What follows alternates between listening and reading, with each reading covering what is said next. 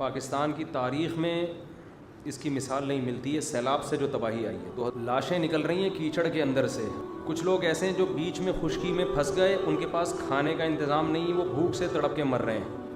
اب آپ دیکھیں نا ان حالات میں میڈیا کو دیکھیں تو ان کے سیاسی جھگڑے پھڈے ہی چل رہے ہیں, وہ ایسا ہے, وہ ایسا ہے, وہ یوں ہے. کوئی بھی قوم کا نہیں سوچ رہا. تھوڑی دیر کے لیے تصور کر لیں آپ کسی ایسی جگہ پھنسے ہوئے ہوں جہاں چاروں طرف پانی ہو, نہ آپ اس سے نکل کے جا سکتے ہیں, نہ آپ کے پاس کوئی خوراک کا انتظام ہے, تو آپ پہ گزرے گی کیا قیامت گزرے گی, اور کیسے ترس رہے ہوں گے, تڑپ رہے ہوں گے کہ کوئی خوراک کا انتظام ہو جائے اور اس پر اوپر سے دوبارہ بادل برسنا شروع ہو جائیں. زدگان کے حوالے سے چند باتیں آپ سن لیں. پاکستان کی تاریخ میں اس کی مثال نہیں ملتی ہے سیلاب سے جو تباہی آئی ہے. 2011 میں بھی 10 یا 11 میں بھی آیا تھا سیلاب, مگر اتنی خطرناک نوعیت کا نہیں تھا.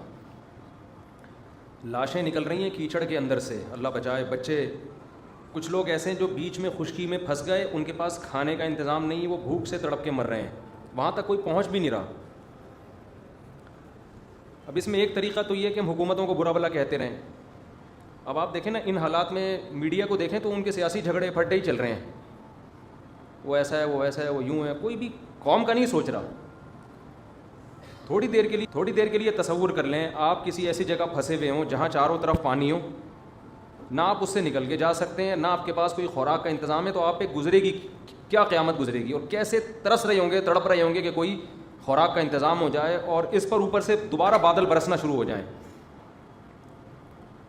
تو اس موقع پہ ہماری بہت بڑی ذمہ داری ہے کہ ہم اس قسمہ کرسی میں جو لوگ پڑے ہوئے ہیں ہم ان کو بے یار و مددگار نہ چھوڑیں.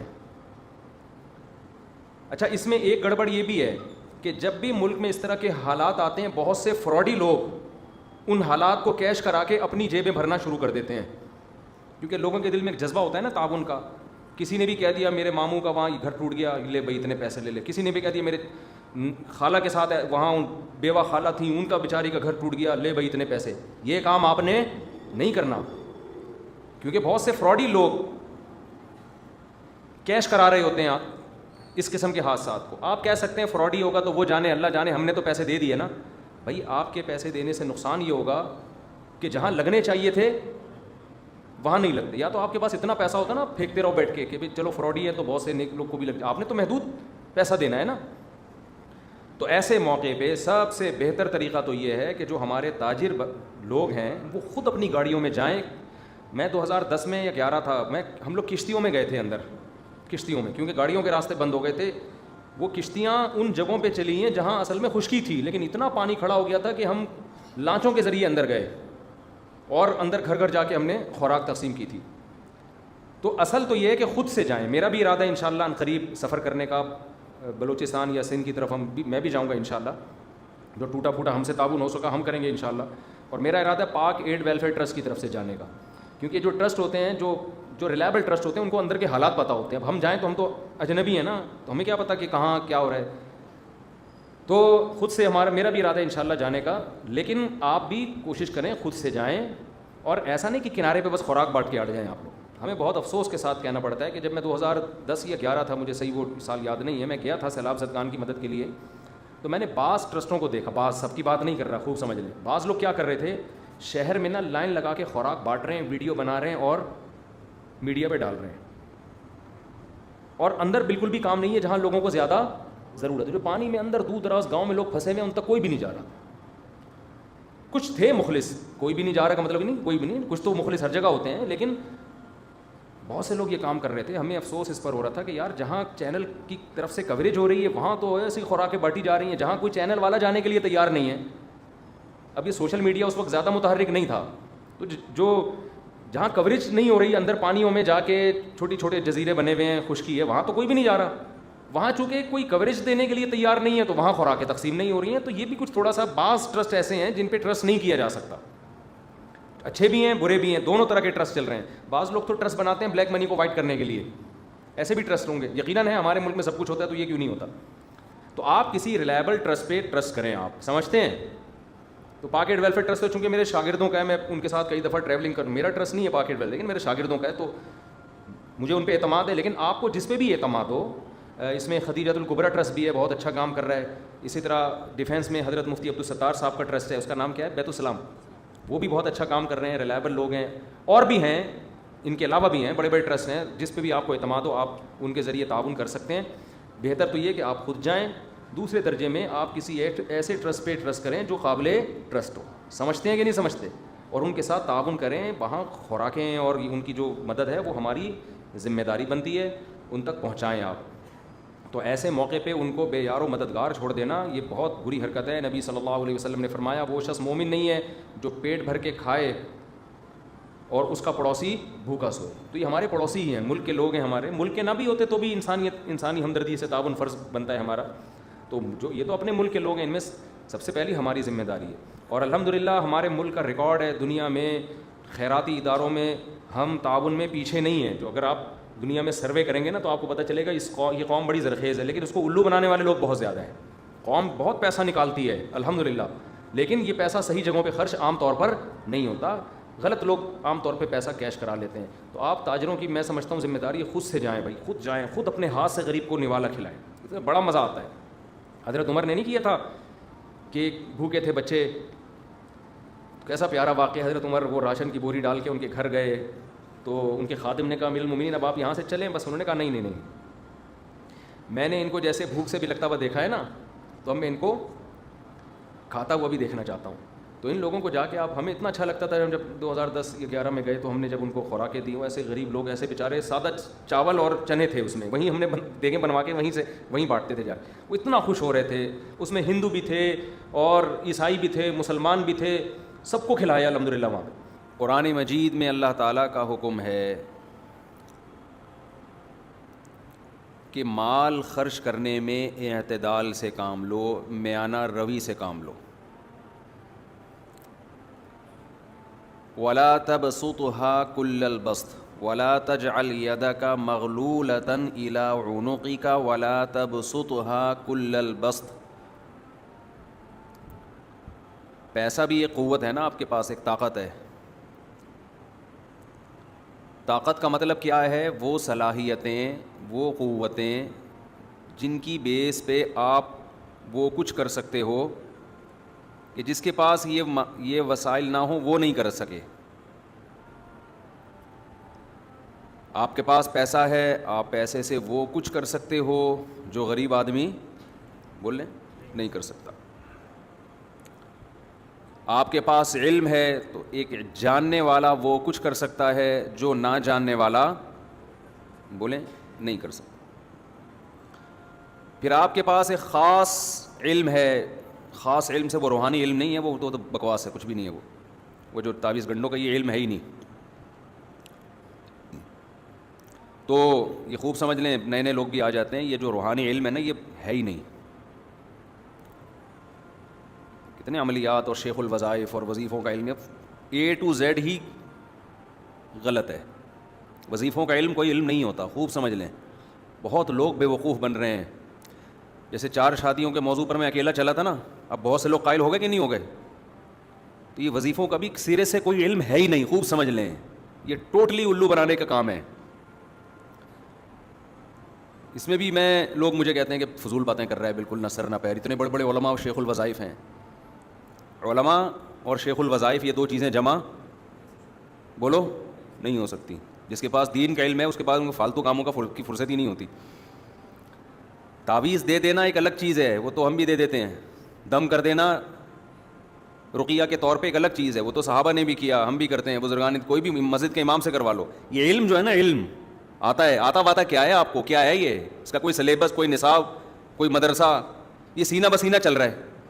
کہتے ہیں سینہ بسینہ. سینہ بسینہ کا مطلب کچھ بھی نہیں ہے, کبھی کوئی ٹریس ہی نہیں ہو سکتا. جس کے سینے سے لیا ہے اس کے پاس کیا دلیل ہے کہ اس کے پاس آیا ہے. یہ روحانی جو فضول لوگ ہیں نا, روحانی علاج جو کرتے ہیں, ان سے پوچھو تم نے یہ علم کہاں سے حاصل کیا. جو علوم ہے, اچھا علم بھی نہیں کہتے, اس کو کہتے ہیں علوم. کہتے ہیں ہمارے پاس کیا ہے علوم, کیونکہ علم کہتے ہیں نا تو وہ پکڑائی میں آتا کون سا علم ہے. تو علوم کہتی ہے اتنے سارے ہیں, اب کیا پتہ چلے گا کون سے ہیں بھائی. بہت سارے ہیں بھائی, ہم نہیں بتا سکتے, بہت سارے علوم ہیں. آپ مجھے دیکھ لو, میں ان کے خلاف اتنا چیختا ہوں, میرا کیوں کچھ نہیں بگاڑتے. یہ بگاڑ ہی نہیں سکتے, ان کے پاس علوم ہی نہیں ہے. میں کسی ڈاکٹر کے خلاف اتنا چیخوں, میرا بگاڑے گا کہ نہیں بگاڑے گا. وہ ٹیکا لگا کے چلا جائے گا, میں مر جاؤں گا. غلط دوا کھلا دے گا, مر جاؤں گا. سیاستدان کے خلاف بولوں صبح شام، بگاڑے گا کہ نہیں بگاڑے گا؟ کیا ہو گیا، میں ایک دم جذباتی ہونا شروع ہو جاتا ہوں یہ ٹاپک جب آتا ہے، اس لیے کہ اس میں علم کے نام پہ، بزرگی کے نام پہ جو الو بنایا جا رہا ہے نا، کسی فیلڈ میں اتنا الو، خلافتیں مل رہی ہیں بزرگوں سے، ان روحانی علاج والوں کو، اتنے بڑے بڑے ہمارے اکابر ہیں، بزرگ ہیں جن کو ہم بھی مانتے ہیں، وہ خلافت دے رہے ہیں ان کو. ارے کیا سوچ کے تو آپ خلافت دے رہے ہیں؟ کیا ہے اس کے پاس؟ یہ شیخ الوظائف ہیں یہ. جب بڑے علماء کو ان لوگوں نے بیوقوف بنایا ہوا ہے تو آپ اور میں کس کھیت کی مولی ہیں؟ میں ان بڑے علماء سے بدگمان نہیں ہوتا، یہ خوب سمجھ لیں. لوگ کہتے ہیں اتنے بڑے حضرت جی سے خلافت ملی ہے، یہ کیسے غلط ہو سکتے ہیں؟ تو میں ان بزرگ سے بدگمان نہیں ہوتا. کہتا ہوں یار، میں کہتا ہوں یہ اتنا ہوشیار ہے کہ اس نے اتنے بڑے بزرگ کو بھی الو بنا دیا ہے. ہوتے ہیں بزرگ بھی بیوقوف بن سکتے ہیں، یہ کوئی ایسا نہیں ہے کہ کوئی بزرگ ہو اس کو آپ، انسان ہے نا، وہ نہیں آ رہی سمجھ میں، ایسی ٹھیک تھے وہ پرانا اسٹائل ہی ٹھیک. ارے بزرگ انسان ہوتا ہے کہ نہیں ہوتا؟ اس کو بیوقوف بنانا، ہر انسان کو بیوقوف بنانا ممکن ہوتا ہے، وہ کوئی لوہے کا بنا ہوا نہیں ہوتا. کچھ لوگوں کو مشکل ہوگا، کچھ کو آسان ہوگا، لیکن یہ نہیں ہے کہ کوئی انسان ایسا بن جائے کہ اب وہ اس کو کوئی کبھی بیوقوف کا لفظ ذرا نامناسب ہے، یوں سمجھے دھوکہ دینا، یہ بیوقوف کا لفظ ہٹاتے ہیں ہم کہ کسی بھی بزرگ کو دھوکہ دینا یہ ممکن ہے. لوگوں نے پیغمبروں کو دھوکے دیے ہیں. ہمارے نبی صلی اللہ علیہ وسلم کے پاس منافقین آئے تھے نا، اسلام ظاہر کر کے کہ ہمارا قبیلہ مسلمان ہوا ہے، کچھ لوگوں کو بھیج دیں علماء کو، ہم ان کو تبلیغ کریں گے. ایسی چکنی چپڑی باتیں کی کہ ہمارے نبی صلی اللہ علیہ وسلم نے حفاظ اور علماء صحابہ کو بھیجا، انہوں نے لے جا کے سب کو شہید کر دیا. تو منافقین تو پیغمبر صلی اللہ علیہ وسلم کو بھی دھوکہ دے سکتے تھے، بشر ہیں، انسان ہیں. اللہ نے پھر آپ کو مطلع کیا، لیکن جو نقصان ہونا تھا وہ ہو گیا. تو یہاں یہ جو روحانی علاج والے ہیں یہ بھی بزرگوں کو دھوکہ دیتے ہیں، بیوقوف بنا دیتے ہیں. بزرگ بیچارے انسان ہے، وہ خلافت دے دیتے ہیں کہ اتنا نیک آدمی تو میں نے پہلی دفعہ دیکھا ہے. بلکہ وہ سوچ رہے ہوتے ہیں جن کو دی ہوئی ہے ان سے لے کے انہیں کو دو. اصل تو یہ ہے، یہ ایسے چکنی چپڑی باتیں کرتے ہیں یہ جو وظیفوں کے شیخ ہوتے ہیں. چھوڑ دو، نہیں چھوڑیں گے، مجھے پتا ہے نہیں چھوڑیں گے. ہم تو مدرسوں میں سمجھا کے تھک گئے، ہمارے اپنے شاگرد جاتے ہیں روحانی عاملوں کے پاس، خلافتیں لے کے آ رہے ہیں، ایسے چکنی چپڑی باتیں کرتے ہیں یہ. اور مجھے تو کم از کم یہ نہ بتایا کریں کہ وہ جو روحانی عامل ہے وہ تبلیغی ہیں، تو وہ جہادی ہیں، وہ آپ کے فلانے کے خلیفہ اور ڈمکانے. میں ان سے قطعاً متاثر بولو نہیں ہوتا. مجھے ان کی اوقات پتہ ہے الحمدللہ. جس کا دنیا میں کوئی کاروبار نہ چل رہا ہو وہ تعویذ گنڈوں کا بزنس کرتا ہے، خوب سمجھ لو. اور یہ جو کہتے ہیں نا پیسے نہیں لیتے، یہ بہت ہوشیار ہوتے ہیں جو پیسے نہیں لیتے. حقیقت بتا رہا ہوں، میں جب نکاح کی فیس نہیں لیتا تھا زیادہ پیسے آتے تھے. اب جب فیس متعین کر دی 1 روپیہ بھی کوئی اس سے زیادہ نہیں دیتا. حقیقت ہے، جب نکاح کے پیسے نہیں لیتا تھا نا تو جیب میں ہاتھ ڈالے ہدیے کے طور پہ جتنے آئے دے دیے. نہیں میں کہتا نہیں بھائی میں پیسے نہیں لا رہے، مفتی صاحب پکڑے نا. اب جب ہم نے فیس متعین کر دی تو اب بارگیننگ ہو رہی ہوتی ہے. ہمارا جو بندہ ہے نا، یار تھوڑا کم کر لیں، آدھے کر لیں، یار غربت ہے، مہنگائی ہے، اس طرح کی. تو جو نہیں پیسے لیتے وہ اپنے زعفران بیچ رہے ہوتے ہیں. ایسے بھی ہیں کہ بھائی مجھے پیسے ویسے نہیں چاہیے، یہ زعفران ہے اور اونٹ کی چھال ہے، پتہ نہیں وہ کیا. اچھا پھینکنے پر گورنمنٹ نے کوئی پابندی نہیں لگائی. تعویذ لکھو زعفران سے، کیوں، کیا ہے زعفران؟ یہ علوم ہے نا، علوم ہے، ہمارے پاس ہے، تمہارے پاس تھوڑی ہے. یہ تعویذ کس سے لکھا جائے گا؟ زعفران سے. ابے کیوں لکھا جائے گا؟ علوم ہمارے پاس ہیں، تمہارے پاس نہیں ہے. کہاں سے آئے علوم؟ بھائی 2 زانوں بیٹھنا پڑتا ہے بڑے بڑے لوگوں کی خدمت میں. جن کے پاس بیٹھے وہ کہاں بیٹھے تھے؟ وہ اپنے بڑے کے پاس بیٹھے تھے. وہ کہاں بیٹھا تھا؟ آخر میں سلسلہ کون سے کدھر جا کے ملتا ہے؟ پتہ نہیں کہاں جا کے ملتا ہے. صحابہ تابعین سے تو نہیں ملتا، نہ کسی انگریز سیاستدان سے ملتا ہے، نہ کسی یونانی حکیم سے ملتا ہے. ایسے ہی ہے جیسے آپ ایک ریگستان میں سفر کر رہے ہیں، آگے پتہ ہی نہیں، خانیوال پہ جا کے 2 ہوتے ہیں نا، ایک سرگودا الگ اور لاہور الگ. خانیوال پہ جا کے آپ کو جنگل میں بھیج دیا، کہاں جا رہا ہے بھائی؟ بس جا رہے ہیں، کوئی سر کوئی پیر نہیں. اور ان کا اثر انہی پر ہوتا ہے جو ان لوگوں پر یقین رکھتے ہیں. اب آ گئی یہ بات تو میں اس کو ذرا نمٹاؤں نا، پھر آدھی بات سے پھر آدھے کلپ بنتے ہیں.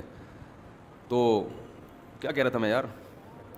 وہ اعتدال تو ابھی آ رہا ہوں. اچھا مجھے بھی لوگ کہتے ہیں آپ روحانی علاج والوں کے رد میں اعتدال سے کام نہیں لیتے. جو میں اعتدال دیکھو اعتدال کی ڈیفینیشن کیا ہے. اعتدال کا مطلب یہ نہیں ہے کہ 2 پوائنٹ آپ نے متعین کی اور میں اس کے بیچ میں آ جاؤں. 2 حدوں کے درمیان کو اعتدال کہتے ہیں نا، لیکن وہ حد آپ تھوڑی متعین کریں گے، حد شریعت متعین کرے گی. جہاں شریعت نے رہنمائی نہیں کی وہاں عقل متعین کرے گی.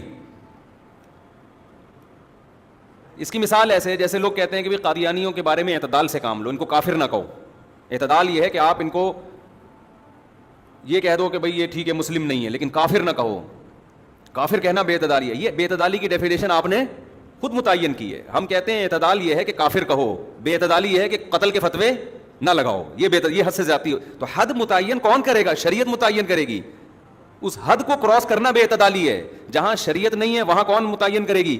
عقل. ایک جعلی حکیم, ایک جعلی ڈاکٹر بیٹھا ہے جس کو کچھ بھی نہیں پتا, وہ علاج کر رہا ہے. ہم کہیں گے نا اس کا کلینک بند کراؤ, اس کا مطلب بند کراؤ, دھرنے دو, جلوس نکالو, اس طرح کے لوگ لوگوں کی صحتوں سے کھیل رہے ہیں. ایک آدمی کہہ رہا ہے بے اعتدالی کر رہے ہو, تو یہ بے اعتدالی کہلائے گی؟